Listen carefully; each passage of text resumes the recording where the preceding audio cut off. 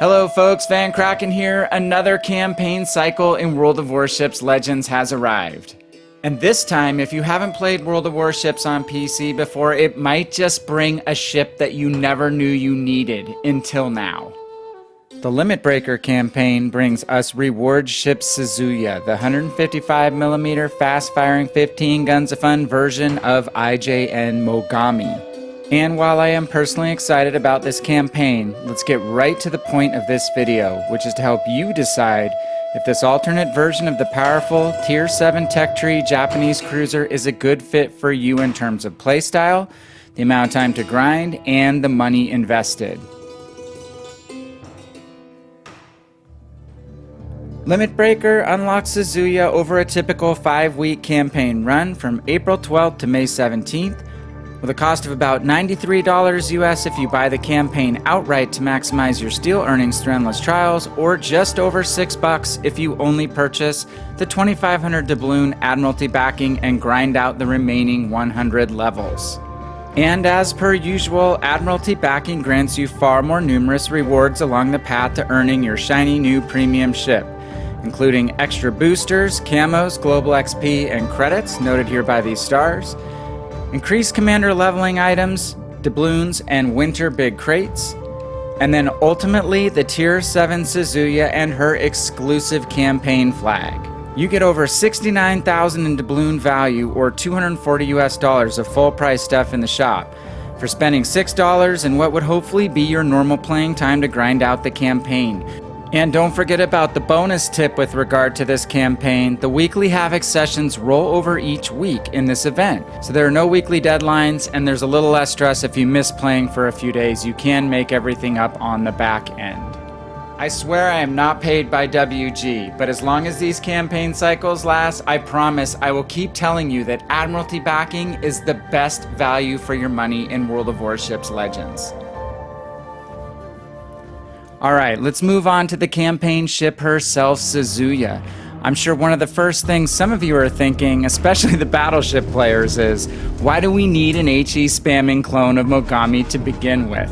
From a bigger World of Warships perspective, many folks on the PC side of the game have debated Mogami's optimal configuration literally forever, and prefer the 155mm main battery guns, as do I. Given that we don't have the option to configure our Mogami that way in Legends, her arrival as the Suzuya is a welcome sight to those of us who really know what we're missing. This footage from the PC version of my Mogami shows the 155s in action and how they provide a very different playstyle experience versus the 203mm guns, with the most notable qualities being a much higher rate of fire, 5 more main battery barrels, and set it and forget it style HE shells that don't require too much ammo type switching and frankly have a consistent alpha strike and fire chance to roast your enemies like a rotisserie chicken. And because we can't have buffs without some respective balance, the guns do have lower penetration and individual shell damage, a lower overall fire chance per shell, and higher gun arcs, which makes shooting over terrain a bit easier, but are harder to aim at targets that are more than 10 to 12 kilometers away. Suzuya is a welcome sight for those of us who really enjoy IJN cruiser play, and she's the only chance you'll have on Legends to play a higher tier Japanese cruiser with lighter caliber guns. So I hope I've convinced at least you cruiser players that Suzuya has been eagerly awaited by many of World of Warships veterans because she is really fun and is unique to play. And from an overall pros perspective, she exhibits the same ninja-style skills that the Mogami brings to the table. Suzuya will be simply a great ship for kiting and general spotting like Mogami, have a high damage per minute output from her main battery guns, and true area denial capability with her rear-facing 16 torpedo loadout. With the arrival of full-time tech tree aircraft carriers into Legend, she is the first ship built with the ability to switch her second consumable slot between either Sonar 1 or the anti-aircraft boosting consumable Defensive Fire. And lastly, her survivability is greatly enhanced by her strong base concealment, ample agility, and good top speed. This combination of attributes will allow her to provide either close support for other teammates or to operate independently at a more successful level than a lot of other ships when necessary. From a cons perspective, Suzuya is a cruiser, so she's thin-skinned, she has a relatively small hit point pool, and an accessible citadel, so you're really going to have to be diligent about monitoring incoming fire and adjusting your angles accordingly. Her main battery range is also somewhat limited, so you can't take advantage of her powerful armaments unless you risk some exposure in return to enemy fire.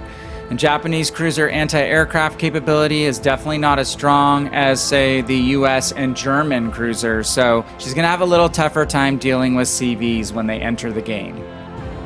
But all told, Suzuya, like the Mogami, will be a really potent ship in the hands of a skilled player. While she won't be really forgiving for new players or those folks who are just new to cruisers, she will do really well for players who invest the time and the effort in learning the ins and outs of her style. And destroyer captains are just not going to want to get caught out by her 155s. Looking at a direct comparison to Mogami from a vital statistics perspective, outside of the main battery differences we've already discussed in a lot of detail and the addition of the defensive fire consumable to Suzuya's inventory, there really aren't a lot of features that set the two ships apart. Detection, mobility, and hit point pool are nearly identical across the board, with only a few slight differences. Suzuya does have the benefit of being a premium ship, so she should have a buff to XP and credit earnings that is not enjoyed by the tech tree Mogami. This should make some PC veterans feel a little better about having to pay the minimum of $6 to grind this ship, which is effectively free in the other version of the game. One other valid head-to-head comparison worth reviewing from a statistical perspective is Suzuya versus the Tier VII US Navy light cruiser Cleveland, and whether she'll be able to give Cleveland a run for her money. Now, from a main battery perspective, Suzuya has 3 more slightly bigger caliber barrels than Cleveland, but she does take a full 4 seconds longer to reload. Cleveland, on the other hand, completely lacks torpedoes as an offensive or defensive weapon, and comes with the radar consumable to help flush destroyers out of capture points instead of being equipped with the option of defensive fire. Finally, Cleveland has access to the Equilibrium of Power commander skill through Norman Scott, which can increase HE shell penetration, but at the expense of cutting the chance of setting fires in half. So while it will take some time for these differences and the pecking order to completely sort out, both Cleveland and Suzuya should be very capable ships when sailed to their full potential and can fill the same role as potent destroyer hunters and great support ships that can tip the balance of power in a match.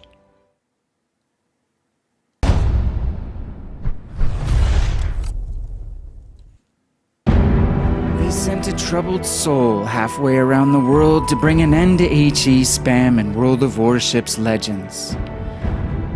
Apparently, it was the only job for which he was suited. But in the face of a new enemy, and in the heart of his one ship, lies the soul of a warrior who embraces his foe's high-explosive way of life and makes it his own. Starring Tom Cruise as Commander Nathan Cleveland and introducing Suzuya as the Last Spamurai. Coming to a console near you in World of Warships Legends in April 2021. So now that we've compared the Last Spamurai Suzuya to both her sister Mogami and to Cleveland, and identified gunnery as the main point of difference between the ships, let's sum things up with a look at their key firepower statistic, damage per minute or DPM, and throw former campaign ship Azuma in just for fun. From an armor-piercing round perspective, Cleveland's higher damage per shell and faster rate of fire makes her the clear leader in raw damage output, as long as she is firing at a target that she can fully penetrate.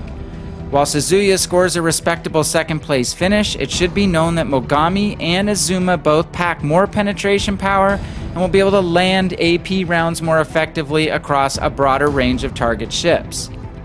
The story of high explosive damage per minute gets more interesting, however, as the gap between Cleveland and Suzuya gets a lot narrower. and under normal circumstances, HE will be the main type of round that each ship fires more often. Fire chance between the two ships is pretty similar as well. And again, Mogami and Azuma trail significantly in high explosive DPM, though Azuma does have the highest fire chance by far of 27% with her 310mm guns. One equalizing factor is that Cleveland has extremely high and floaty shell arcs, and therefore prefers areas with cover and a player that is competent with firing rainbows very similar to those from Atlanta, Flint, or Helena to get anywhere near the theoretical maximum DPM output calculated. While Suzuya's shell arcs will be floatier than Mogami, they will not be nearly as towering as Cleveland, which should allow her to get more hits by less experienced players. The Mogami-class sisters have their 16 torpedoes to fall back on if needed as well to defend either an island position or a patch of ocean between them and their pursuers when kiting in open water, which the IJN cruisers feel more suited for than Cleveland, who has no torpedoes at all. Lastly, poor Azuma lags so far behind the others because of her horrendous reload time that is longer than some battleships. While her main gun handling is the most user-friendly of the bunch, her lack of a consumable gimmick like radar or defensive AA and having no torpedoes makes her anemic damage output even more difficult to live with. Suzuya, like Mogami, will definitely be a lot more fun to play.